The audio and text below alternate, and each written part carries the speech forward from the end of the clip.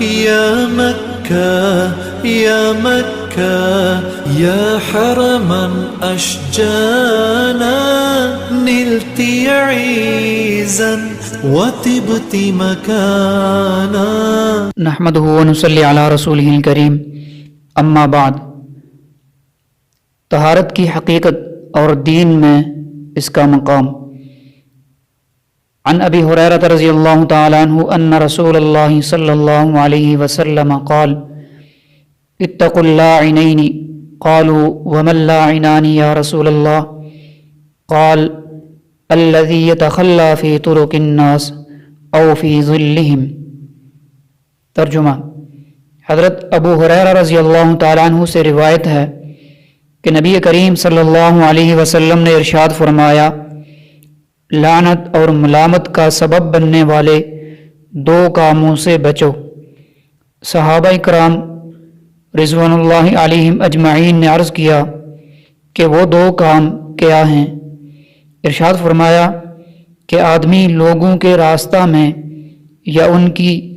سایہ دار جگہ میں قضائے حاجت کرے. یہ حدیث سیاہ ستہ کی مشہور کتاب مسلم شریف اور ابو داود شریف میں موجود ہے.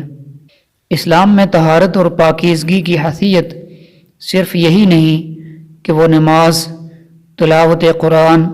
اور طواف کعبہ جیسی عبادات کے لیے لازمی شرط ہے، بلکہ قرآن و حدیث سے معلوم ہوتا ہے کہ وہ خود بھی دین کا ایک اہم شعبہ اور بذات خود مطلوب ہے. حضرت شاہ ولی اللہ رحمۃ اللہ علیہ اپنی کتاب حجت اللہ البالغہ میں فرماتے ہیں کہ اللہ تعالیٰ نے مجھے اپنے خاص فضل سے یہ حقیقت سمجھا دی کہ فلاح و سعادت جس شاہراہ کی طرف انبیاء علیہم السلام کی بعثت ہوئی، جس کا نام شریعت ہے، اگرچہ اس کے بہت سے ابواب ہیں، لیکن اپنی بے پناہ کثرت کے باوجود وہ سب بس ان 4 اصولی عنوانوں کے تحت آتے ہیں، جن میں پہلا اصول طہارت کا ہے. فرماتے ہیں کہ ایک سلیم الفطرت اور صحیح المزاج انسان جس کا قلب سفلی تقاضوں سے مغلوب اور ان میں مشغول نہ ہو، جب وہ کسی نجاست سے آلودہ ہو جاتا ہے یا اس کو پیشاب یا پاخانہ کا سخت تقاضا ہوتا ہے تو وہ اپنے نفس میں ایک خاص قسم کا تکدر اور بے لطفی محسوس کرتا ہے. پھر وہ جب اپنی اس حالت سے نکل جاتا ہے، مثلاً پیشاب یا پاخانہ کا جو سخت تقاضا تھا، اس سے جب وہ فارغ ہو جاتا ہے اور اچھی طرح استنجا اور طہارت کر لیتا ہے اور اچھے صاف ستھرے کپڑے پہن لیتا ہے اور خوشبو لگا لیتا ہے، تو نفس کے تکدر اور طبیعت کی ظلمت کی وہ کیفیت جاتی رہتی ہے اور وہ اپنی طبیعت میں ایک سرور و فرحت کی کیفیت محسوس کرتا ہے. بس دراصل پہلی کیفیت اور حالت کا نام حدث ہے، ناپاکی ہے، اور دوسری کیفیت کا نام طہارت ہے، پاکیزگی ہے. اور انسانوں میں جن کی فطرت سلیم اور جن کا ذوق صحیح ہو، وہ ان دونوں حالتوں اور کیفیتوں کے فرق کو واضح طور پر محسوس کرتے ہیں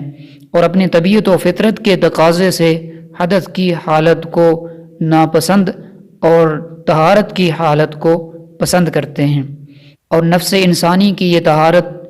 کی یہ حالت اللہ تعالیٰ کے فرشتوں کی حالت سے بہت مشابہت اور مناسبت رکھتی ہے، کیونکہ وہ دائمی طور پر تمام آلودگیوں سے پاک اور صاف اور نورانی کیفیت سے شاداں اور فرحاں رہتے ہیں. اور اسی لیے حسب امکان طہارت و پاکیزگی کا اہتمام اور دوام انسانی روح کو ملکوتی کمالات حاصل کرنے اور الہامات و منامات کے ذریعے ملائے اعلیٰ سے استفادہ کرنے کے قابل بنا دیتا ہے. اور اس کے برعکس جب آدمی حدث اور ناپاکی کی حالت میں ڈوبا رہتا ہے تو اس کو شیطان سے ایک مناسبت اور مشابہت حاصل ہو جاتی ہے اور شیطانی وساوس کی قبولیت کی ایک خاص استعداد اور صلاحیت اس میں پیدا ہو جاتی ہے اور اس کی روح کو ظلمت گھیر لیتی ہے. مزید حضرت شاہ صاحب رحمۃ اللہ علیہ